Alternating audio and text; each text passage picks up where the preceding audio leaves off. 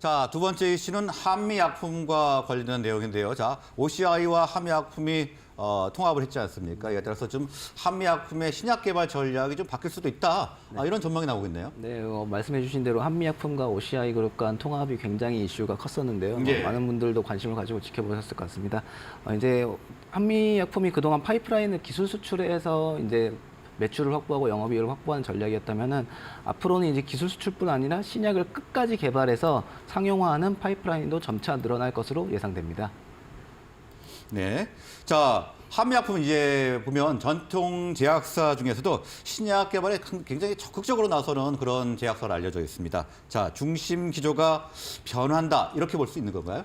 이제 한미약품은 OCI 그룹과 통합 이후에도 뭐 연구개발과 기술 수출, 연구개발에 대한 이제 중심적으로 방면은 기조는 변하지 않을 것으로 예상되는데요. 네. 실제로 한미약품은 별도의 구조 조정 없이 연구개발 인력을 유지한 상태에서 신약 후보 물질 개발과 연구개발 중심 기조를 이어간다는 의견을 밝힌 바 있습니다. 네, 계속 그러면 지금 이 인력을 유지하면서 연구 개발에 주력하겠다 이렇게 지금 밝히고 있는데, 자, 한미약품이 지금까지 집중하고 있었던 기술 수출 언제부터 시작이 된 겁니까? 말씀해 주신 대로 한미약품 기술 수출 쪽은 굉장히 유명한데요. 이제 1989년 국내 제약사 중에서는 최초로 기술 수출에 성공하면서 일찍이 기술 수출에 눈을 떴다고 할 수 있습니다. 오래됐네요. 네, 이제 한 30년, 35년 가까이 된 건데요.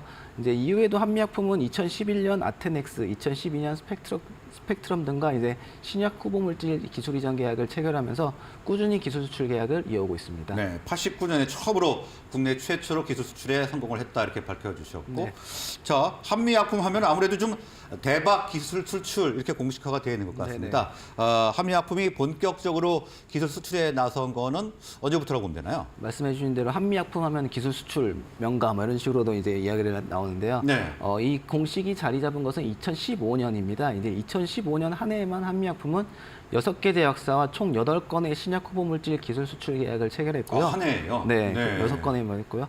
이제 한미약품이 체결한 주요 기술 수출 계약 건수의 규모의 총합이 12조 원을 넘어섭니다. 이제 국내 최대 기술 수출 계약 금액도 한미약품이 보유 중인 만큼 이 한미약품은 정말 기술 수출 쪽에서는 독보적인 업체라고 할 수 있습니다. 네. 자, 독보적인 기술 수출 업체인데, 자, 한미약품뿐 아니라 바이오 기업들에게도 이 기술 수출은 신약 개발로 필수적으로 자리 잡는다 이렇게 지금 보여지는데, 그 이유 어디에 있다고 봐야 되나요? 네, 아까도 말씀드렸다시피 바이오 기업들에게 자금은 굉장히 중요한 문제거든요. 계속해서 연구 개발을 하기 위해서는 자금이 필요한데, 네. 이 초기 자금, 이제 임상 자금을 확보하기 위해서는 기술 수출이 불가피한 상태가 된 상황입니다. 신약 개발을 완성하기 위해서는 이제 전임상 단계부터 사람 대상으로 하는 임상 1상, 2상, 3상까지 거쳐야 하는데, 특히 임상 3상의 경우 대규모로 이루어지기 때문에 비용이 적게는 1,000억 원부터 많게는 1조 원까지 들어간다고 알려져 있습니다. 네. 그다음에 이제 10년이 넘는 시간 동안 신약 개발을 보통 이뤄지게 되는데요. 10년 넘는 기간 동안 수천억을 사용하더라도 이 신약 개발 성공 확률은 0.01%에 불과하다고 합니다. 그럼 굉장히 확률이 낮은데 네, 그러니까 쉽지 않겠네요. 시간과 비용을 들여서 뭐 성공 확률 0.01%니까 차라리 바이오나 뭐 이렇게 돈이 먼저 필요한 기업들 같은 경우에는 기술 수출해서 좀 더 안정적인 매출을 올리기 위한 전략이라고 할 수 있습니다.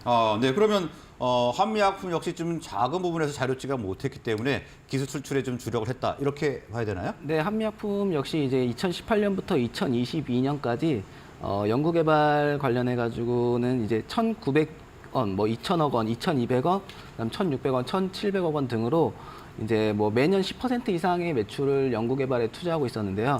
하지만 이제 한미약품의 파이프라인이 20개 이상인데 한미약품이 보유한 작년 3분기 기준으로는 1,800억 원 수준입니다. 그러니까 이제 뭐 연구개발 1년 정도 하면은 사실 이 모든 현금들이 없어질 수 있는 상황인데, OCI 홀딩스의 현금성 자산을 살펴보면 1조 원이 넘는 상황이었기 때문에 네. 한미약품과 시너지를 기대할 수 있다는 의견들이 나오는 이유입니다. 네, 자, OCI의 현금성 자산이 한미약품에게 시너지 효과를 일으킬 것이다. 자, 이런 분석이 지배적인데요.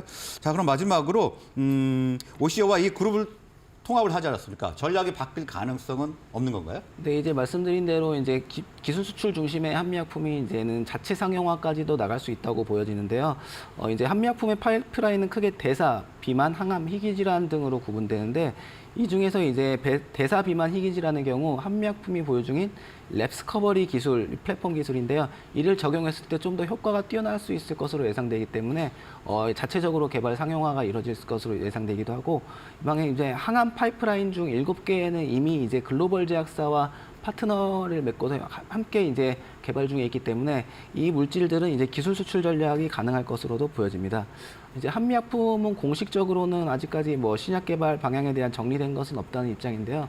뭐 이제 옵시아이 그룹과 통합 작업이 완료된 이후 전반적인 계획을 세우겠다고 알려왔습니다. 네, 일단 기술 수출과 이 신약 상용화 이 투트랙 전략이 조금 가망성이 좀 커 보인다 이렇게 정리를 해보겠습니다. 자, 오늘 말씀 여기까지 듣겠습니다. 네, 고맙습니다. 감사합니다.